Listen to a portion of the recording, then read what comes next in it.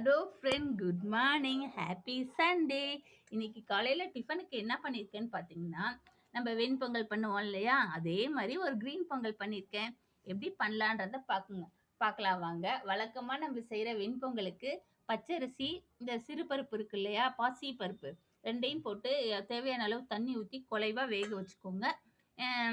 இப்போ வந்து க்ரீன் பொங்கல் எப்படி பண்ணலான்றத பார்க்கலாம் வாங்க.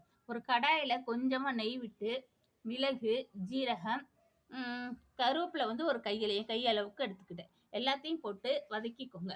வதக்கி ஆற வச்சு பவுட்ரு பண்ணிக்கோங்க. தண்ணி ஊற்றாம பவுட்ரு பண்ணிக்கோங்க. ஓகே.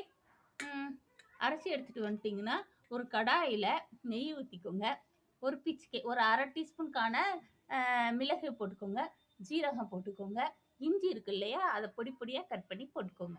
இது எல்லாத்தையும் சேர்த்துட்டு இந்த அரைச்சி எடுத்த பவுடர் இருக்கு இல்லையா, அதையும் போட்டு லைட்டாக வதக்கிட்டு கொஞ்சமாக தண்ணி தெளித்து வச்சுக்கோங்க. தண்ணி தெளித்து விடுங்க.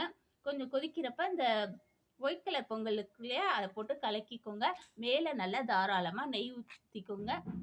அவ்வளோதான், சூப்பரான க்ரீன் பொங்கல் நமக்கு ரெடி ஆகிடும். அது கூடவே நான் வந்து தேங்காய் சட்னி எடுத்துருக்கேன்.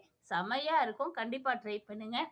இது வந்து ஹேருக்கெல்லாம் நல்லது, குழந்தைங்களுக்கும் ரொம்ப ரொம்ப நல்லது. ஓகே. ஸோ நான் டேஸ்ட் பண்ணி பார்த்தேன். நம்ம நார்மல் பொங்கல் இருக்கு இல்லையா, அதே மாதிரி தான் இருக்குது. ஓகே, டேஸ்ட் பண்ணுறேன்.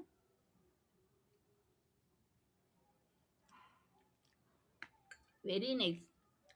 நம்ம கருவேப்பிலை போட்டோம் இல்லையா, அந்த டிஃப்ரெண்ட்டான ஸ்மெல்லெல்லாம் வரல, நல்லாவே இருக்குது. கண்டிப்பாக ட்ரை பண்ணுங்கள். ஸோ நெய் நிறையா போட்டுக்கிட்டிங்கன்னா இன்னும் சூப்பராக இருக்கும். ஓகே, அவ்வளோதான். ஓகே ஃப்ரெண்ட், பாய்.